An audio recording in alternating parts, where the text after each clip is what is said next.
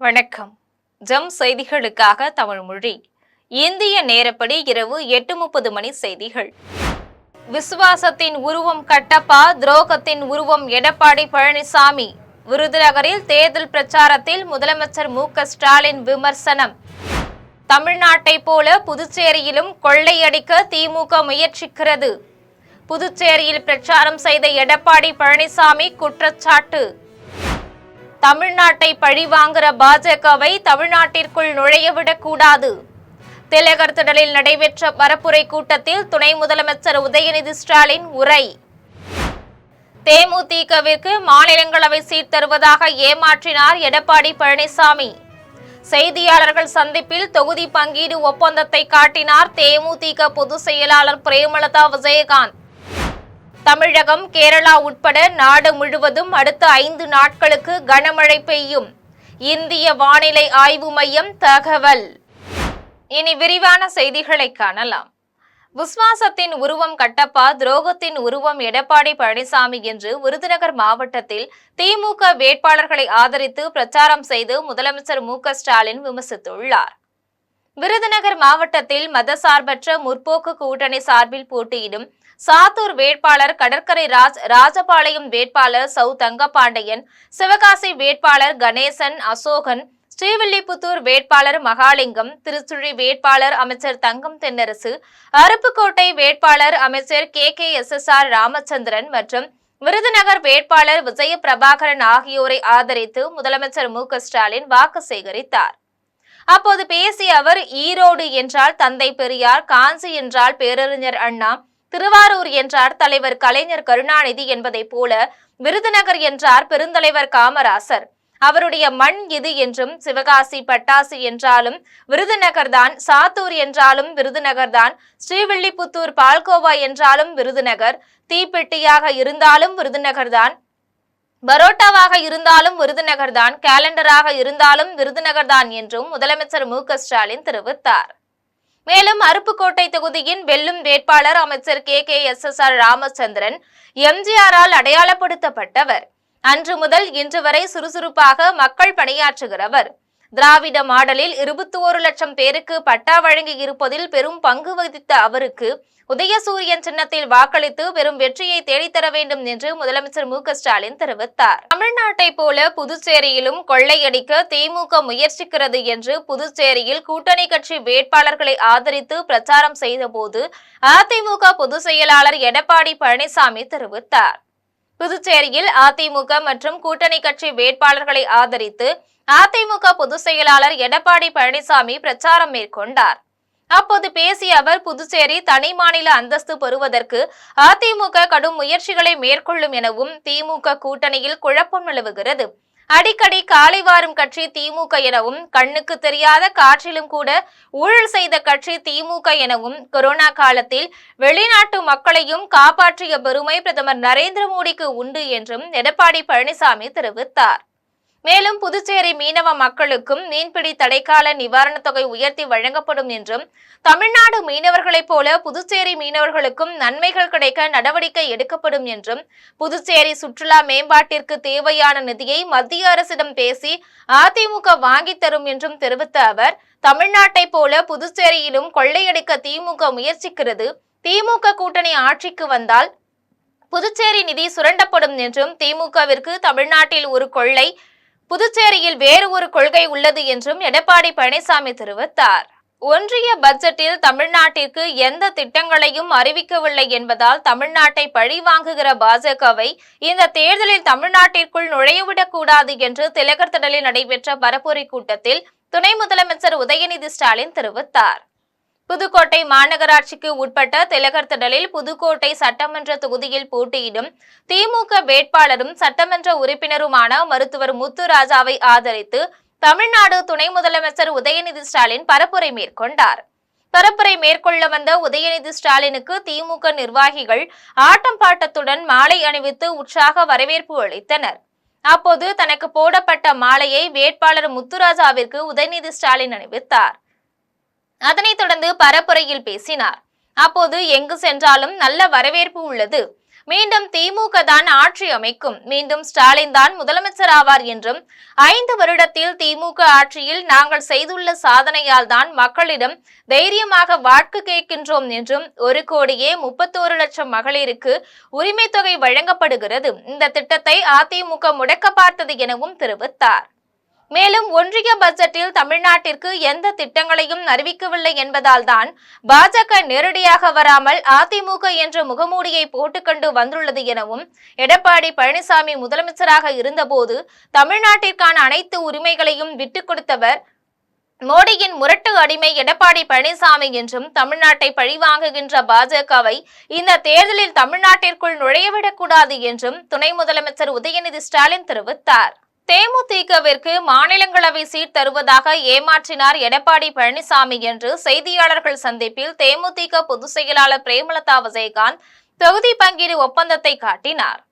அனைத்து கட்சிகளிலும் வேட்பாளர்கள் அறிவிக்கப்பட்டு மக்களை சந்தித்து வாக்கு சேகரிப்பில் தீவிரமாக ஈடுபட்டு வருகின்றன. இதனிடையே திமுக கூட்டணியில் முதன்முறையாக இடம்பெற்றுள்ள தேமுதிக மீது அதிமுக கூட்டணி கட்சிகள் கடுமையாக விமர்சனம் செய்து வருகின்றன. இந்நிலையில் 2 ஆண்டுகளுக்கு முன்பு தேமுதிகவிற்கு ஒரு எம்பி சீட் தருவதாக திருவண்ணாமலை கோவிலில் அதிமுக பொதுச் செயலாளர் எடப்பாடி பழனிசாமி கையெழுத்திட்ட ஒப்பந்த பத்திரத்தை தேமுதிக பொதுச் செயலாளர் பிரேமலதா விஜயகாந்த் இந்த செய்தியாளர்கள் முன்பு வெளியிட்டார். இது தொடர்பாக செய்தியாளர்கள் சந்திப்பில் தேமுதிக பொதுச் செயலாளர் பிரேமலதா விஜயகாந்த் பேசினார். அப்போது எதிர்க்கட்சித் தலைவரின் பேச்சு கண்ணியமாக இருக்க வேண்டும் எனவும், எடப்பாடி பழனிசாமி தேமுதிகவை 0.5% என்கிறார், உங்களுக்கு ஏன் வயிறு எரிகிறது, உங்க கருகிற வாசனை தமிழ்நாடு முழுக்க வருகிறது என்றும், 2011 இருந்து 2026 வரைக்கும் உங்க கூட தானே இருந்தோம், இப்படி பேசுவது ஒரு முதலமைச்சர் வேட்பாளருக்கு இது அழகல்ல என்றும், இது கண்டிக்கத்தக்க விஷயம் என்றும், தேமுதிகவிற்கு எம்பி பதவி தருவதாக கூறி ஏமாற்றியவர் எடப்பாடி பழனிசாமி என்றும் தேமுதிக பொதுச் செயலாளர் பிரேமலதா விஜயகாந்த் தெரிவித்தார். தமிழகம், கேரளம் உட்பட நாடு முழுவதும் அடுத்த 5 நாட்களுக்கு கனமழை பெய்யும் என்று இந்திய வானிலை ஆய்வு மையம் தெரிவித்துள்ளது.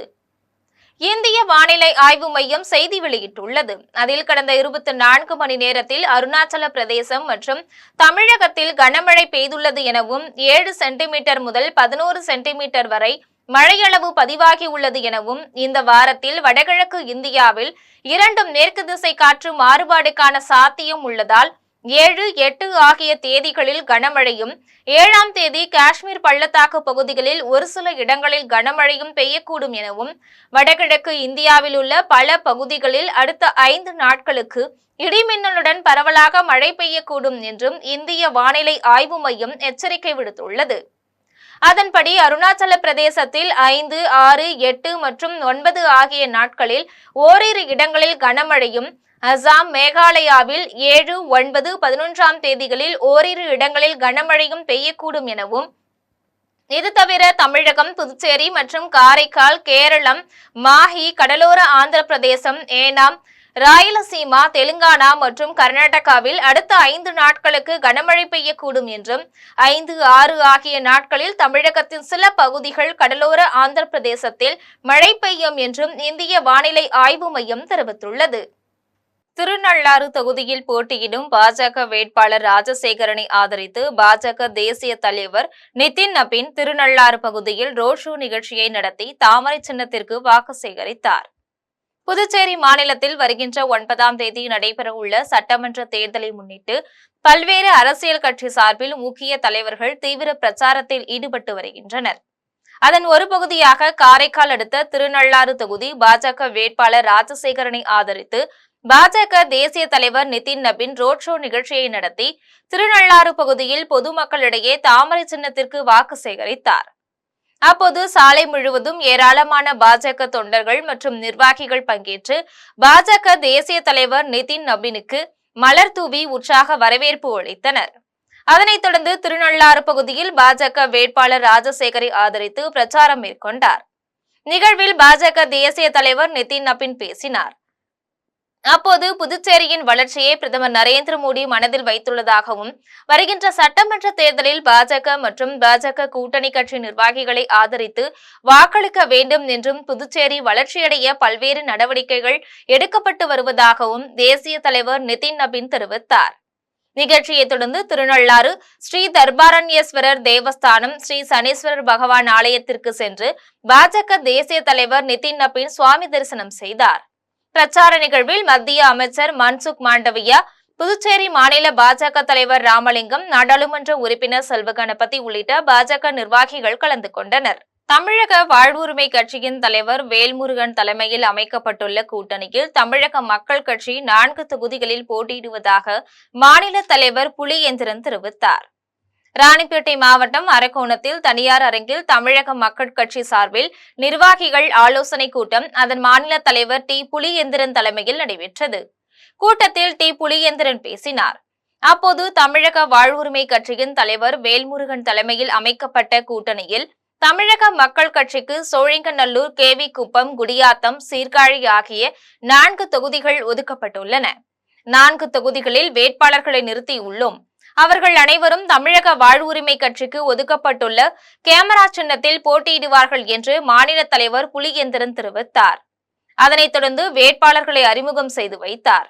இதில் தமிழக வாழ்வுரிமை கட்சியின் திருத்தணி வேட்பாளர் பாவேந்தன், மாநில பொதுச் செயலாளர் திண்டுக்கல் காட்டுராஜா, மாநில பொருளாளர் திருநெல்வேலி சிவமோகன் தாஸ், மாநில அமைப்பாளர் சென்னை தியாகராஜன் உட்பட முக்கிய நிர்வாகிகள் ஏராளமானோர் கலந்து கொண்டனர். அவர்களுக்கும் சீர்காழி சட்டமன்ற தொகுதியும் இன்று நான் அறிமுகம் செய்துள்ளேன். வருகின்ற 2026 சட்டமன்ற தேர்தலில் தமிழக மக்கள் கட்சி தமிழகம் முழுவதும் 234 சட்டமன்ற தொகுதியிலும் நமது நிர்வாகிகள், மாநில, மாவட்ட, நகர ஒன்றிய பொறுப்பாளர்கள் அனைவரும் ஒற்றுமையாக பாடுபட்டு கேமரா சின்னத்தில் வாக்களித்து வெற்றி பெற செய்வோம் என்று இந்த நேரத்தில் தெரிவித்துக் கொள்கிறேன். அதேபோல அரக்கோணம் சட்டமன்ற தொகுதியில் போட்டியிடும் பகுஜன் சமாஜ் கட்சியின் வேட்பாளர் சுதாகர் மற்றும் தமிழக வெற்றி கழகம் வேட்பாளர் காந்திராஜ் ஆகியோர் இன்று வேட்புமனு தாக்கல் செய்தனர். ராணிப்பேட்டை கிழக்கு மாவட்ட பகுஜன் சமாஜ் கட்சி தலைவர் பி. சுதாகர் அரக்கோணம் சட்டமன்ற தொகுதி வேட்பாளராக அறிவிக்கப்பட்டதைத் தொடர்ந்து கட்சி நிர்வாகிகளுடன் ஊர்வலமாக சென்று அரக்கோணம் சட்டமன்ற தொகுதி தேர்தல் நடத்தும் அலுவலர் ரமேஷிடம் இன்று வேட்புமனு தாக்கல் செய்தார். அப்போது கட்சியின் முக்கிய நிர்வாகிகள் உடனிருந்தனர். அதேபோன்று தமிழக வெற்றி கழகம் சார்பில் அரக்கோணம் சட்டமன்ற தொகுதியில் போட்டியிடும் தமிழக வெற்றி கழகத்தின் கிழக்கு மாவட்ட செயலாளர் காந்திராஜ் நிர்வாகிகளுடன் ஊர்வலமாக சென்று அரக்கோணம் சட்டமன்ற தொகுதி தேர்தல் நடத்தும் அலுவலர் ரமேஷிடம் இன்று வேட்புமனு தாக்கல் செய்தார். அப்போது கட்சியின் முக்கிய நிர்வாகிகள் உடனிருந்தனர். வால்பாறை தொகுதியில் போட்டியிடும் திமுக வேட்பாளர் சுதாகர் கட்சி நிர்வாகிகளை சந்தித்து ஆதரவு திரட்டிய போது தேங்காய் எண்ணெயை ரேஷன் கடைகளில் விற்பனை செய்ய நடவடிக்கை எடுக்கப்படும் என வாக்குறுதி அளித்தார். வால்பாறை தனி தொகுதியில் போட்டியிட திமுக சார்பில் குட்டி என்ற சுதாகர் வேட்பாளராக அறிவிக்கப்பட்டுள்ளார். வேட்பாளராக அறிவிக்கப்பட்டுள்ள சுதாகர் திமுக நிர்வாகிகள் மற்றும் கூட்டணி கட்சி நிர்வாகிகளை சந்தித்து ஆதரவு திரட்டி வருகிறார். அதன் ஒரு பகுதியாக இன்று வால்பாறை தொகுதிக்கு உட்பட்ட ஆனைமலை, சுப்பேகவுண்டன் புதூர் ஆகிய பகுதியில் உள்ள கட்சி நிர்வாகிகளை சந்தித்து ஆதரவு திரட்டினார். அதனைத் தொடர்ந்து வேட்பாளர் சுதாகர் செய்தியாளர்களை சந்தித்து பேசினார். அப்போது வால்பாறை தேயிலை தோட்ட தொழிலாளருக்கு குறைந்தபட்ச கூலியாக ரூபாய் 600 பெற்றுத்தரப்படும் எனவும், தேயிலை தோட்ட தொழிலாளர்களுக்கு அடுக்குமாடி குடியிருப்பு கட்டித்தரப்படும் எனவும், குடியிருப்பு பகுதிக்குள் வனவிலங்குகள் வராமல் இருக்க தகுந்த நடவடிக்கை எடுக்கப்படும் என்றும், தென்னை விவசாயிகளின் நீண்ட நாள் கோரிக்கையான தேங்காய் எண்ணெயை ரேஷன் கடையில் விற்பனை செய்ய எனது முதல் குரலாக சட்டப்பேரவையில் ஒலிக்கும் என்றும், அதேபோல் ஆனைமலை பகுதியில் அரசு கலை மற்றும் தொழில்நுட்ப கல்லூரிகள் அமைக்க நடவடிக்கை எடுக்கப்படும் என்றும் வேட்பாளர் சுதாகர் தெரிவித்தார். தென்னை சாகுபடி மிக அதிகமாக உள்ளது. இந்த தென்னை சாகுபடியில் ரேஷன் கடையில் ஃபார்மாயிலுக்கு பதிலாக தேங்காய் எண்ணெயை கொடுக்க வேண்டும் என்று என்னுடைய குரலாகத்தான் இருக்கும். அது கீழ்ப்பகுதியில் அரசு கல்லூரி மற்றும் தொழில்நுட்ப கல்லூரி இல்லை என்ற கோரிக்கை வந்துள்ளது. முதலில் நான் வெற்றி பெற்று சென்றால் கீழ்ப்பகுதியில் உள்ள ஆனமலை பகுதியில் அரசு தொழில்நுட்ப கல்லூரி மற்றும் கலை மற்றும் அறிவியல் கல்லூரி உடனடியாக செய்து தரப்படும். வால்பாறை மேல் பகுதியில் சட்டமன்ற அலுவலகம் இல்லை. அந்த சட்டமன்ற அலுவலகம் உடனடியாக செய்ய நடவடிக்கை எடுக்கப்படும். ஆரணி தொகுதியில் போட்டியிடும் திமுக வேட்பாளர் மகாலட்சுமி கோவர்தன் CSI சர்ச்சில் ஜெபம் செய்து கிறிஸ்துவ மக்களின் காலில் விழுந்து உதயசூரியன் சின்னத்திற்கு வாக்கு சேகரித்தார். 2026 சட்டமன்ற தேர்தலில் ஆரணி தொகுதியில் போட்டியிடும் திமுக வேட்பாளர் மகாலட்சுமி கோவர்தன் தீவிர பிரச்சாரத்தில் ஈடுபட்டு வருகின்றார்.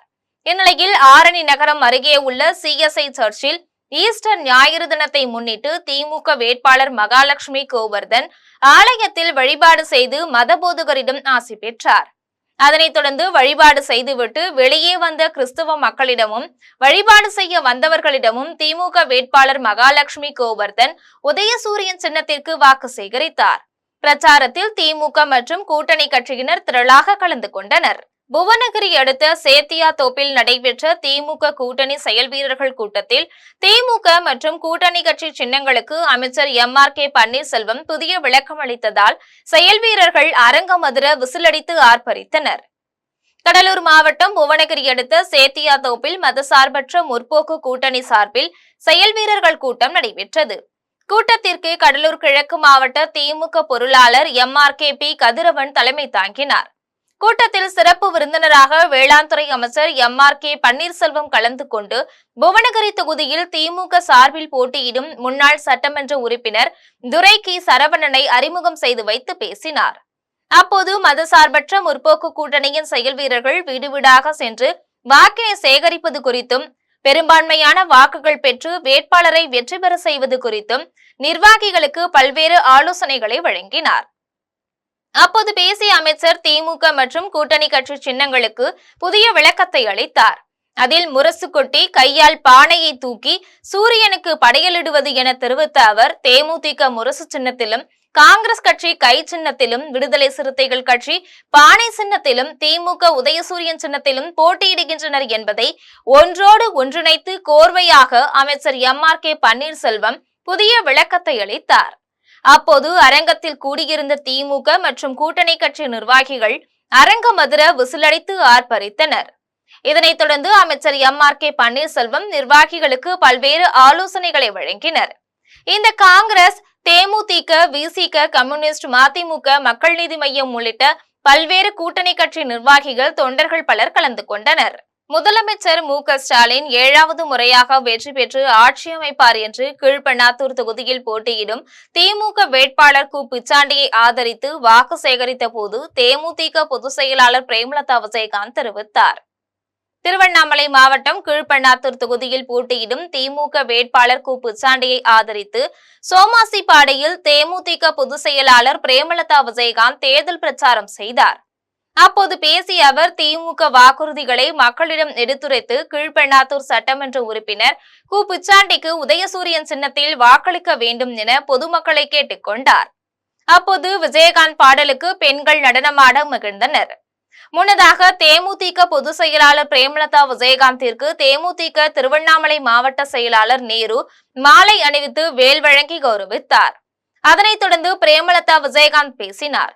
அப்போது முதலமைச்சர் ஸ்டாலின் 7வது முறையாக வெற்றி பெற்று ஆட்சி அமைப்பார் என்றும் தேர்தல் அறிக்கையில் ரூபாய் 8000 கூப்பன் வழங்கப்படும், உரிமை தொகை ரூபாய் 2000 வழங்கப்படும், 100 நாள் வேலை 150 நாளாக உயர்த்தப்படும், 35 லட்சம் மாணவர்களுக்கு காலை மற்றும் மதிய உணவுகள் வழங்கப்படும் எனவும் ரேஷன் கடை மூலம் வீடு தேடி ரேஷன் பொருள் வழங்கப்படும், முதியோருக்கு ரூபாய் 2500 வழங்கப்படும் எனவும் மீண்டும் திமுக ஆட்சி அமைக்க கீழ்பெண்ணாத்தூர் சட்டமன்ற உறுப்பினர் பிச்சாண்டிக்கு உதயசூரியன் சின்னத்தில் வாக்களித்து வெற்றி பெற செய்ய வேண்டும் என பொதுமக்களை தேமுதிக பொதுச் செயலாளர் பிரேமலதா விஜயகாந்த் கேட்டுக்கொண்டார்.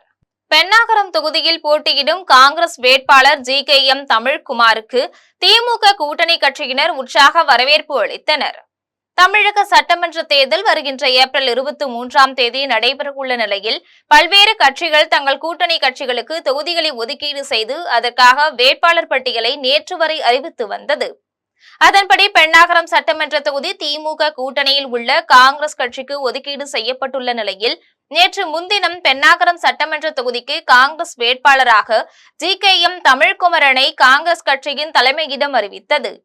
இந்நிலையில் பென்னாகரம் சட்டமன்ற தொகுதிக்கு வருகை தந்த காங்கிரஸ் கட்சி வேட்பாளரை திமுக, தேமுதிக, விடுதலை சிறுத்தைகள் கட்சி, தமுமுக மற்றும் பல்வேறு கூட்டணி கட்சிகளில் உள்ள நிர்வாகிகள், தொண்டர்கள், மகளிர் அணியினர் உள்ளிட்டோர் மேளதாள வாத்தியங்களுடனும் மயிலாட்டம், ஒயிலாட்டம், உள்ளி கலை நிகழ்ச்சிகளுடனும் வரவேற்றனர். கோவை மாவட்டத்தில் அனைத்து தொகுதிகளிலும் திமுக கூட்டணி வெற்றி உறுதி செய்யப்பட்டிருப்பதாக பல்சமய நல்லுறவு இயக்க தலைவர் முகமது ரபி தெரிவித்தார். கோவை சாய்பாபா காலனி பகுதியில் பல்சமய நல்லுறவு இயக்க உயர்மட்ட ஆலோசனை குழு கூட்டம் அதன் தலைவர் முகமது ரபி தலைமையில் நடைபெற்றது. கூட்டத்தில் திமுக கூட்டணி வேட்பாளர்களை ஆதரித்து தமிழகம் முழுவதும் பிரச்சாரம் செய்வது என்பன உள்ளிட்ட பல்வேறு தீர்மானங்கள் நிறைவேற்றப்பட்டது. கூட்டத்திற்கு பின்னர் பல்சமய நல்லுறவு இயக்க தலைவர் முகமது ரபி செய்தியாளர்களை சந்தித்து பேசினார். அப்போது அனைத்து மக்களின் மீது அன்பு, கருணை காட்டி சமத்துவம், சகோதரத்துவம் மற்றும் மத நல்லிணக்கத்தோடு நாட்டு மக்கள் வாழ முதலமைச்சர் மு.க.ஸ்டாலின் சிறந்த ஆட்சியை நடத்தி வருகிறார் எனவும் 5 ஆண்டுகளில் முதலமைச்சர் எல்லோருக்கும் எல்லாம் என்ற அடிப்படையில் திராவிட மாடல் ஆட்சியை நடத்தி தமிழகத்தை அமைதி பூங்காவாக செழிக்க செய்திருக்கின்றார் என்றும் பல்சமய நல்லுறவு இயக்க தலைவர் முகமது ரபி தெரிவித்தார். செய்தியாளர்கள் சந்திப்பின் போது பல்சமய நல்லுறவு இயக்க நிர்வாகிகள் MM ராமசாமி, அபுதாஹிர் இஸ்மாயில், இப்ராஹிம், டிஸ்கோ காஜா அசாருதீன், கோவை தல்கா ராதாகிருஷ்ணன், பாருக் ஆசிப், முகமது அலி, வைசல் ஹாரிஷ், பர்கான் உள்ளிட்டோர் உடனிருந்தனர். பொதுவா அண்ணன் செந்தில் பாலாஜி அண்ணன் அப்படிங்கிறது வந்து ஒரு தேர்தல் வெகு வகுப்பாளர் தான். ஏன்னா இன்னைக்கு 39 தொகுதி கொடுத்துருக்காங்க. கட்டாயம் அந்த 39 தொகுதிகளில் செந்தில் பாலாஜி அண்ணன் வெற்றி பெறுவார். அவர்கிட்ட ஒரு ஈர்ப்பு சக்தி இருக்கு. இன்னைக்கு கோவையில் ஒரு பொறுப்பாளராக இருந்து இங்கே கோவையில் போட்டிடுறதுனால நானும் கூட ஒரு 6 தொகுதி 7 தொகுதி வரும்னு சொன்னேன். இப்போ எனக்கு மக்கள் சில இடத்துல எல்லாம் நாம கேட்கும் போது கோவை மாவட்டத்தில் மட்டும் 10 தொகுதி வெற்றி பெறுவார் அப்படிங்கிறத சொல்லியிருக்காங்க. ஏன்னா காட்டுமன்னார் கோவில் அருகே நாட்டார்மங்கலம் ராஜீவ்காந்தி தேசிய மெட்ரிக் மேல்நிலைப் பள்ளியில் ஆண்டு விழா நடைபெற்றது. கடலூர் மாவட்டம் காட்டுமன்னார் கோவில் அடுத்த நாட்டார்மங்கலத்தில் செயல்படும் ராஜீவ்காந்தி தேசிய மெட்ரிக் மேல்நிலைப் பள்ளியில் ஆண்டு விழா நடைபெற்றது. விழாவிற்கு பள்ளியின் நிறுவனரும் Navasakthi township developers private limited குழுமத்தின் தலைவருமான முனைவர் KI மணிரத்னம் தலைமையேற்று பல்வேறு போட்டிகளில் வெற்றி பெற்ற மாணவ மாணவிகளுக்கும் 10, 12ஆம் வகுப்பு பொதுத் தேர்வில் முதல் மதிப்பெண்கள் பெற்ற மாணவ மாணவிகளுக்கும் பரிசுகள் வழங்கி பாராட்டினார். பள்ளி தாளாளர் சுதாமணி ரத்தினம் முன்னிலை வகித்தார். சிறப்பு அழைப்பாளர்களாக கடலூர் மாவட்ட அரசு மருத்துவமனை மருத்துவக் கல்லூரி உதவி பேராசிரியர் பிரசன்னா பிரியா, பெரியார் கலைக்கல்லூரி பேராசிரியர் ஜானகி ராஜா, ஓய்வு பெற்ற தலைமை ஆசிரியர் வெங்கடாச்சலபதி, அனுக்கிரகா நிறுவனத்தின் நிர்வாக இயக்குனர் உஷா மணிரத்னம் ஆகியோர் சிறப்பு அழைப்பாளராக கலந்து கொண்டு சிறப்புரையாற்றினர். விழாவில் பள்ளியின் நிர்வாகிகள் கமல் ரத்தினம், அரவிந்த் மணிரத்தினம், சரண்யா, செல்வரத்தினம், காங்கிரஸ் நிர்வாகி மணிவண்ணன், பெற்றோர் ஆசிரியர் சங்க தலைவர் வேல்முருகன், ஆலோசகர் நடராஜன், அரசு மேல்நிலைப்பள்ளி தலைமை ஆசிரியர் தங்கபாஸ்கர், ஓய்வு பெற்ற ஆசிரியர் ராமன் உள்ளிட்ட பலர் கலந்து கொண்டனர்.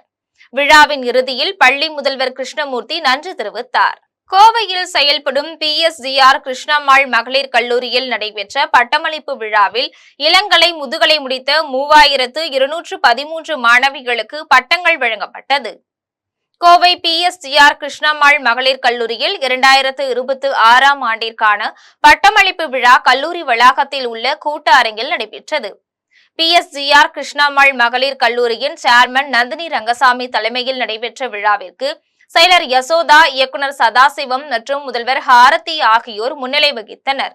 விழாவில் குஜராத்தில் உள்ள பண்டிட் தீனதயாள் எரிசக்தி பல்கலைக்கழகத்தின் தலைமை இயக்குனர் டாக்டர் சுந்தர் மனோகரன் கலந்து கொண்டு முதுகலை பட்டப்படிப்புகளுக்கான காலை அமர்விற்கு தலைமை ஏற்று பட்டங்கள் வழங்கி பேசினார். அப்போது பட்டப்படிப்புகளை முடித்து செல்லும் மாணவிகள் வாழ்வில் சவால்களை எதிர்கொள்வதில் துணிச்சலுடனும் அதே நேரத்தில் தகுந்த பாதுகாப்புடனும் செயல்பட வேண்டும் என தெரிவித்தார். விழாவில் கல்லூரி துறை தலைவர்கள், பேராசிரியர்கள், பெற்றோர்கள், மாணவிகள் என பலர் கலந்து கொண்டனர். மதுரவாயில் சட்டமன்ற தொகுதியில் திமுக, தவேக கட்சிகளை சேர்ந்தவர்கள் ஒரே இடத்தில் பிரச்சாரம் செய்த போது கட்சி கொடி மற்றும் துண்டுகளை மாறி மாறி சுழற்றியதால் பரபரப்பு நிலவியது. திருவள்ளூர் மாவட்டம் மதுரவாயல் தொகுதியில் போட்டியிடும் கட்சிகளின் வேட்பாளர்கள் தீவிர பரப்புரையில் ஈடுபட்டு வருகின்றனர். இந்நிலையில் மதுரவாயல் தொகுதியில் திமுக சார்பில் மீண்டும் போட்டியிடும் காரம்பாக்கம் கணபதி 154, 146வது வட்டத்தில் தேர்தல் பணிக்கான பூத்துகளை திறந்து வைத்து கூட்டணி கட்சியினருடன் பிரச்சாரத்தில் ஈடுபட்டார். 146வது வட்டத்தில் தேர்தல் பணிமனை திறந்து வைத்து கூட்டணி கட்சியினரிடம் பேசிக் கொண்டிருந்த போது அதே சாலையில் தமிழக வெற்றி கழக கட்சியினரும் பிரச்சாரம் செய்தபடி ஊர்வலமாக சென்றபோது விஜயின் கட்சி பாடல் ஒலித்தது. இந்நிலையில் திமுக தாவேக கட்சிகளின் இருதரப்பினரும் மாறி மாறி ஆரவாரம் செய்தனர். குறிப்பாக தங்கள் கட்சி துண்டுகளை மாற்றி மாற்றி சுழற்றியதால் பரபரப்பான சூழல் ஏற்பட்டது. அப்போது பாதுகாப்பு பணியில் இருந்த காவல்துறையினர் அசம்பாவிதம் ஏற்படாமல் அனைவரையும் அனுப்பி வைத்தனர்.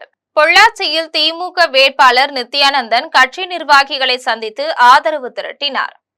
பொள்ளாச்சி சட்டமன்ற தொகுதியில் மத சார்பற்ற முற்போக்கு கூட்டணியில் உள்ள கொங்குநாடு மக்கள் தேசிய கட்சி சார்பில் உதயசூரியன் சின்னத்தில் நித்யானந்தன் போட்டியிடுகிறார்.